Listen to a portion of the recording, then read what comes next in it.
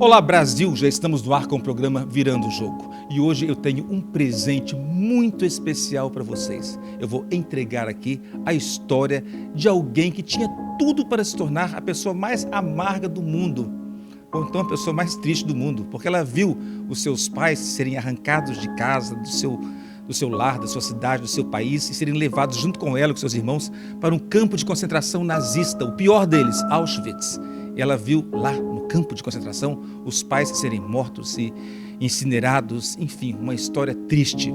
Mas ela conseguiu sobreviver, constituir a sua própria família e virar sim o jogo. E hoje ela mora no Espírito Santo, em Vitória, no Espírito Santo, e nos recebeu em sua casa para compartilhar tudo isso e muito mais com a gente. Então o programa de hoje é no mínimo histórico. Por isso eu quero sim a sua presença, a sua audiência nessa história que é maravilhosa, apesar de tão trágica. Virando o Jogo já está no ar.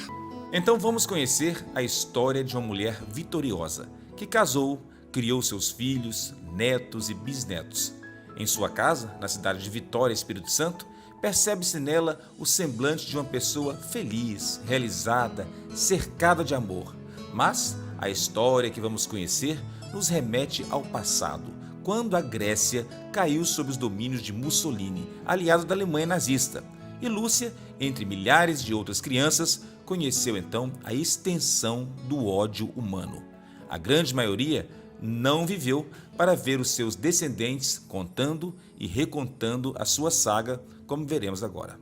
Michele, qual é a cronologia dos acontecimentos na vida da sua avó? Pelo que entendi, ela morava na Grécia com seus familiares, a Grécia foi tomada pelos nazistas e foi nesse momento então que começou a perseguição aos judeus do grupo em que ela e os pais participavam, não é isso? Isso mesmo, ela ora fala que ela foi para o campo com 10 anos, com 11 anos, se confunde muito ainda com essas datas. É normal, né? Na verdade, eu acho que a esta altura do campeonato fica difícil mesmo lembrar dessa ordem. O que tudo indica é que ela foi para o campo aos 13 anos e ela foi um pouco antes da época que o meu avô foi. Meu avô foi em fevereiro de 1943 e saiu em 45. Ele relata até a data que ele foi. Ela foi um pouco antes, acredito, porque ela fala muito que ela foi com 10 anos, com 11 anos, ela mistura um pouco essa história. Porque com 10 anos, as invasões começaram nas casas das pessoas, entravam, reviravam tudo, mandavam todo mundo sair de casa, como se fosse um assalto, na verdade um arrastão, né? De entrar e tirar tudo e sair todo mundo para fora e sem falar a língua, daqui a um pouco as pessoas voltavam e dormiam com aquela incógnita, aquele desespero sem saber assim, o que é que está acontecendo. Quando a senhora foi arrancada de casa pelos nazistas, eles gritavam, usavam cacetete, enfim, tiraram a senhora do convívio do seu pai, da sua mãe, não foi isso? Eles só falaram Rammstein, isso, né? Foi isso, e eu saí a primeira. Mas estávamos dormindo quase ainda. Aí saí eu, a todos, para sair todos que estavam dentro daquela casa. Era a senhora, o seu pai, sua mãe, uma irmã? E meus irmãos. Quantos irmãos? Éramos em 5.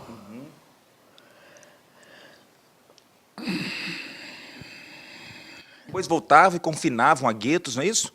E aí ficou muito tempo assim. Aí quando ela foi para o campo, antes de ir para o campo, quando ela saiu de casa, que todo mundo mandou sair de casa mesmo, os oficiais, aí eles foram para um gueto, que é o de Baronice, na própria Grécia, de onde selecionaram as pessoas para ir para o primeiro campo de concentração. Que era Birkenau? Ela foi para Birkenau, depois ela foi para Auschwitz, depois ela foi para Bergen-Belsen, de onde ela saiu viva. Meu Deus, logo os piores campos. Estes eram os piores campos, os de extermínio. Onde tinham os crematórios, né, as câmaras de gás, e todos os outros campos usavam estes mesmos crematórios. O horror nazista começou na Grécia em 1940, com a ocupação pelas tropas de Mussolini. Existiam então 65 mil judeus na Grécia, a maioria em Salônica. Depois de enviados a guetos, as famílias como as de Lúcia eram transportadas aos campos de concentração na Polônia. A viagem era longa e sofrida. Muitos morriam antes de chegar ao destino final. Um vagão vazio era separado exclusivamente para estes corpos. Mas Lúcia, seus pais e irmãos chegaram. Lá de cima estávamos já separando.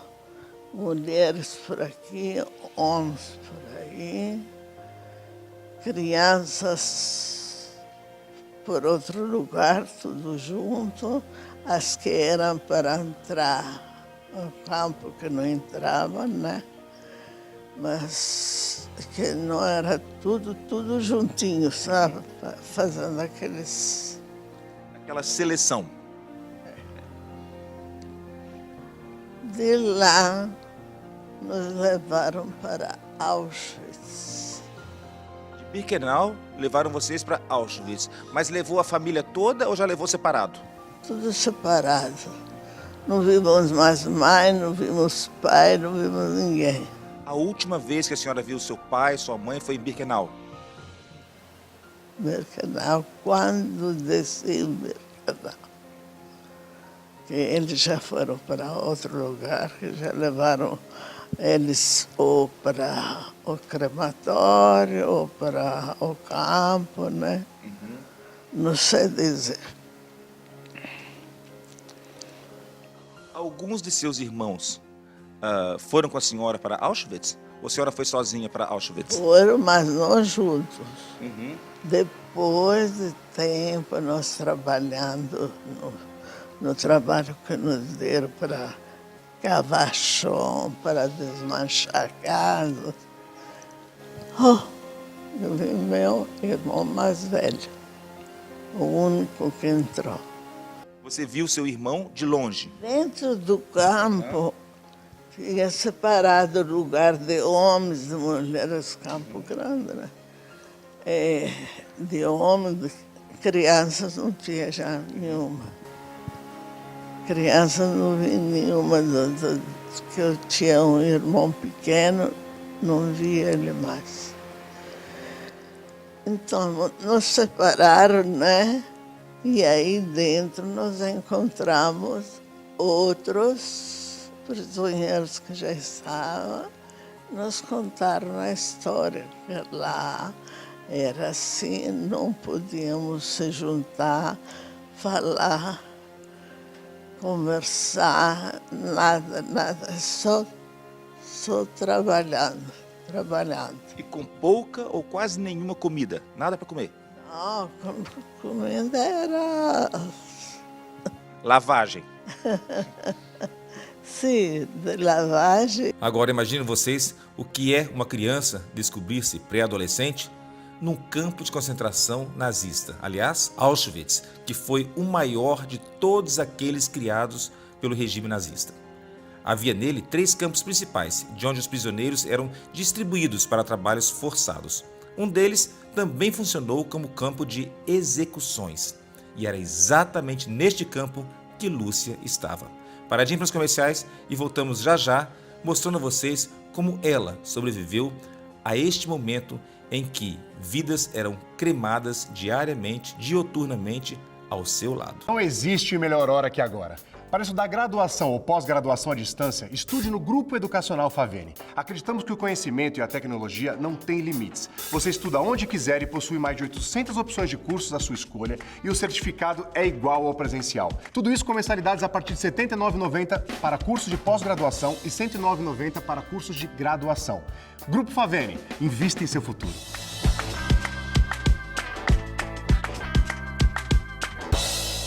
Gente, pensou lote, pensou Universal. Neste ano, a Imobiliária Universal completa 44 anos. E para comemorar, colocamos em promoção 440 lotes com planos de pagamento super facilitada do jeito que você pode pagar. Temos opções de lotes em diversas regiões da Grande Vitória. Ligue agora mesmo para a Universal. Levamos ao local sem compromisso. Imobiliária Universal, 2121-8989. Do lado.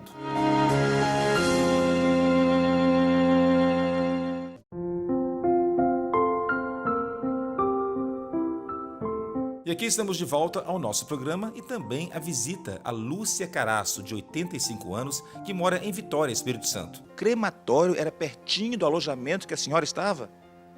Vocês sabiam que as pessoas estavam sendo queimadas ali? Perfeitamente, mas eles nos levavam para lá quando nós estávamos acordados. Quando nós estávamos dormindo, que eles levavam de manhã, você não via nada.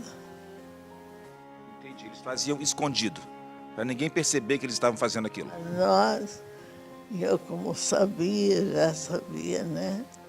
Eu via eles levar. Era aqueles montões que levavam no campo cheio.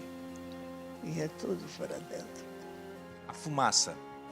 Tinha fumaça, cheiro. Até isso eles davam um jeito, não tinha fumaça. À noite, né? Ninguém prestava atenção naquilo, talvez. Como? Era à noite, né? À noite. Era os horários que a gente dormia muito, como a gente dorme mais profundo, aquela hora eles faziam o trabalho deles. Este cenário passou a ser a casa da menina de 10 anos, separada dos pais, irmãos. Seu nome fora apagado da face da terra. Um número foi tatuado em seu braço, e isso bastava para os nazistas. A senhora tem aqui uma marca no braço, né? Esta marca é o emblema maior na própria pele, né? É o número. Eu entrei com esse número e me chamavam por esse número. A senhora não tinha mais nome. Não. De longe, longe, chamava. Seu número. A senhora nunca pensou em apagar isso? Não, não. Por quê? Para quê? Talvez para esquecer o sofrimento, não olhar para o sofrimento. Ah, para esquecer.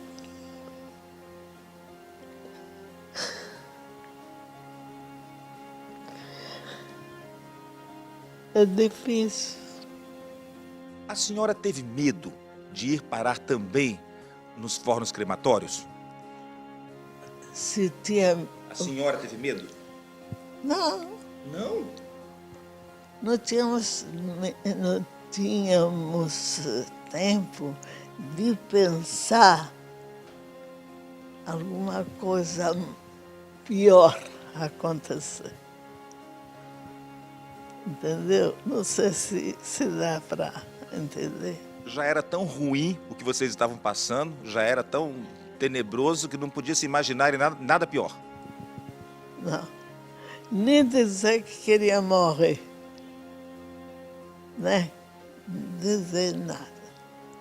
Não estar triste e sempre gritando, falando a nossa língua para trabalhar, que estão chegando. Nós tínhamos nossa língua, né? Para eles não entenderem que estávamos falando.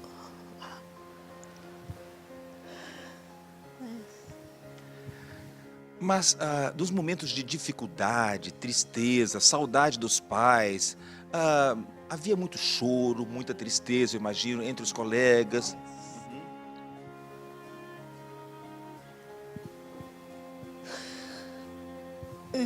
Felizmente, sim.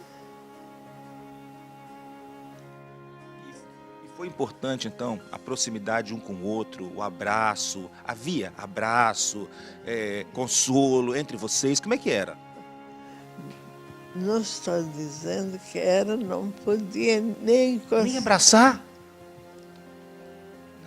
nem abraçar, nem conversar, nem até o que ia sair da boca da gente. Até o movimento do lábio era observado. E a senhora aguentou 3 anos assim? E sua irmã? Minha irmã, a outra adoeceu e faleceu. Mas a mais velha voltou junto comigo. Voltamos no Brasil. Casamos, né, aqui. E tem uma linda família. aos 10 anos, exatamente da sua idade, a sua avó foi capturada pelos nazistas. Olha que filme de terror isso, hein? Você teria a coragem que ela teve de passar por tudo isso, enfrentar, e inclusive campos de concentração? Não, não teria coragem, não. Eu acho que você teria sim, viu? Mais ou menos. Eu tentaria suportar, mas não ia conseguir, eu acho, não. Mas você não acha que uma criança tem assim aquele poder de sobreviver pela vontade de vencer os homens maus, os inimigos, aqueles que usavam aquelas armas horríveis e faziam coisas horrorosas? Você não teria coragem de sobreviver a tudo isso para poder contar a história depois? Mas eles botavam todo mundo na câmara de gás antes, quando era criança. E as poucas crianças que sobreviviam a tudo isso, aos maus tratos, às experiências científicas, ainda tinham que conviver diariamente com o terror psicológico.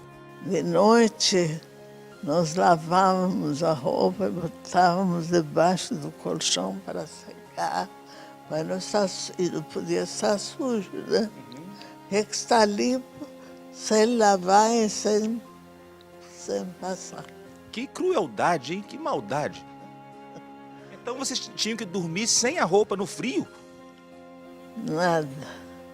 Aí dormíamos de noite assim, sem roupa.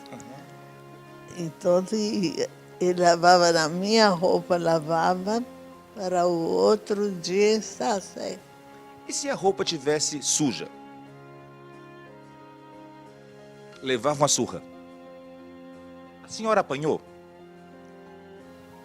Já disse, eu tive essa grande sorte que não apanhei, não sei porquê, porque eu seguia rigorosamente o que eles mandavam fazer. E a senhora aprendeu a língua alemã lá no campo de concentração? Era essa a nossa vida, não tinha tempo de sonhar ou de pensar em alguma coisa. Nada. Era trabalhar e tentar sobreviver para o outro dia. Trabalhar e fazer tudo para não contradizer o que dizer os alemães, para não apanhar e não morrer. O que a senhora acha que levou as pessoas a construírem tanto ódio aos judeus? Não sei. Não entendo. O dinheiro. É sempre o dinheiro, né? Pode crer. Eu sempre penso que foi o dinheiro. Hoje em dia, quando a senhora vê na televisão ou numa revista a suástica nazista, o emblema do nazismo, o que a senhora pensa? Nada. Aquilo não te traz dor, não? Não. Não dá, não. O que faz a senhora voltar ao passado? Assim? Não quero nem saber deles. Não quero nem saber. A senhora chegou... Entreguei a Deus. Deixa que Deus resolve, né? A senhora chegou a duvidar de Deus, da existência de Deus? Nunca. Vendo as pessoas sendo queimadas, mortas, seu pai sumindo, sua mãe também, seu irmão, a senhora acreditava que Deus existia? Existe. Que existia e existe e vai existir toda a vida. Não tenha dúvida dela. Eu não tenho, não. Mas eu imagino que alguém na sua situação ficou em dúvida. Não tenha dúvida, não. Nunca. Eu agradeci a ele por tudo que eu passei, que talvez eu merecesse isso, não merecia, né?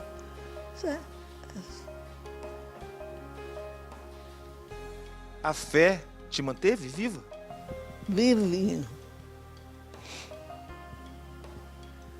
Eu e meus filhos, meus netos, são todos mesmo, tem Deus no coração.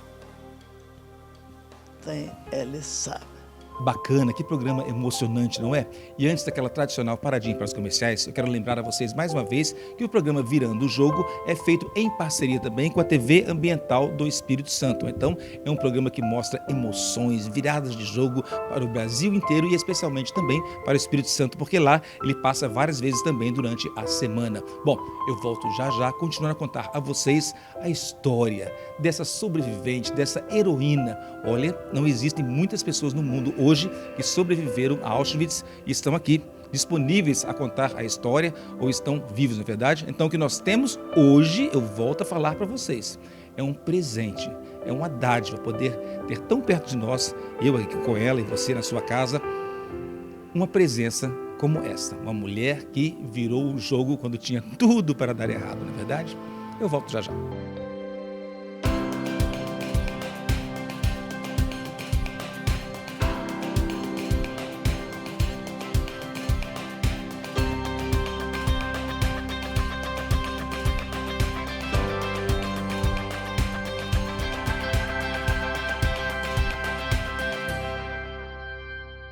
Gente, pensou lote, pensou Universal. Neste ano, a Imobiliária Universal completa 44 anos.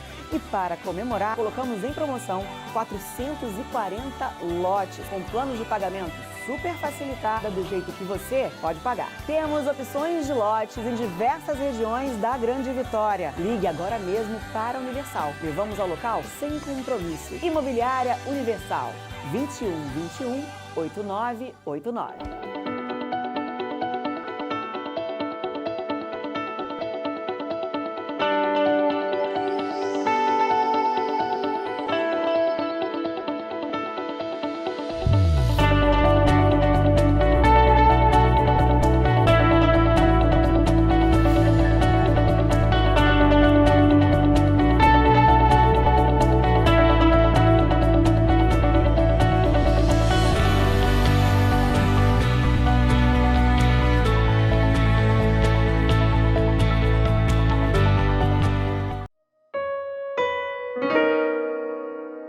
E aqui estamos de volta ao programa Virando o Jogo e eu tendo o prazer, eu diria até a honra, o privilégio de entrevistar uma sobrevivente do Holocausto.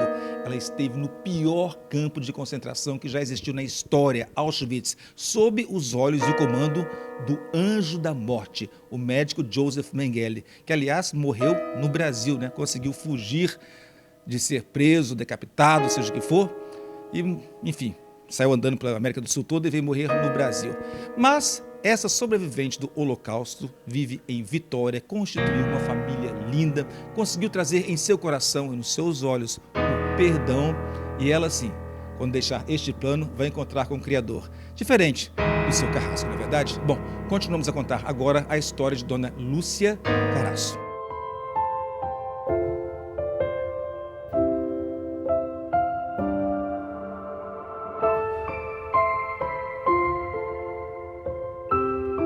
Desde que foi libertada, elas todas voltaram para a Grécia com a esperança de encontrar alguém. Tinha a opção de escolher outros países para ir. E ela, quando conheceu meu avô, minha tia conheceu meu tio, que era amigão do meu avô também no campo. Uma história muito bonita, assim, porque dois amigos conheceram duas irmãs e se casaram, né? Até por falta de opção, meu avô que me perdoe, mas às vezes não tinha família, não tinha ninguém. Mas que foi amor à primeira vista, a gente sabe pelo amor grande que eles viveram, né? A vida inteira, construíram uma família linda, com muita fé, muita garra. E aí eles juntos ali é que escolheram para onde ir. Aí quando voltaram para a Grécia, minha tia falou, aqui eu não vou ficar, Lúcia, você vai fazer o quê? Não, vou ficar aqui por enquanto. Casou lá, teve os filhos lá. Quando meu pai tinha 3 anos, é que ela se mudou para Israel. Entendi. Vai ficar em Israel um certo tempo também e depois vieram para o Brasil.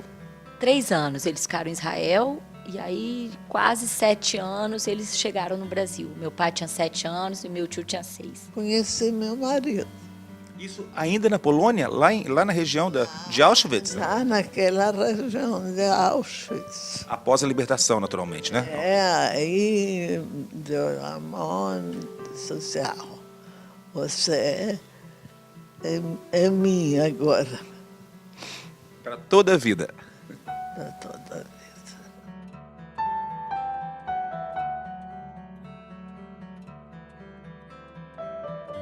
Luca, você hoje tem 14 anos, um ano a mais apenas do que a sua bisavó tinha quando foi liberta do campo de concentração.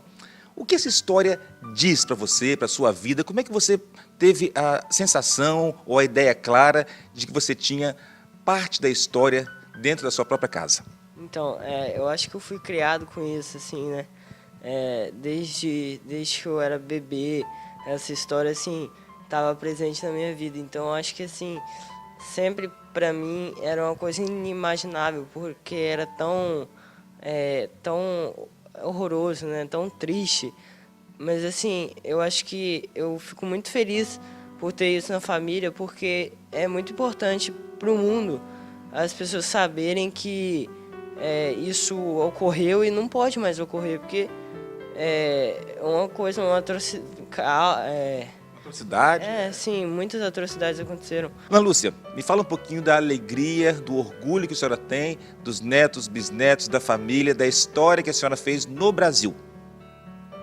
Feliz de ter vindo para o Brasil? Primeiramente, eu amo o Brasil. Opa! E muito. E quando alguém fala alguma coisa, Puxa a orelha.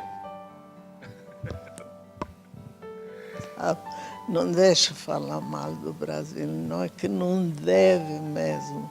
É um país maravilhoso, maravilhoso, lindo por todos os lados do mundo. Tá? É isso que eu queria dizer. Não precisa de mais.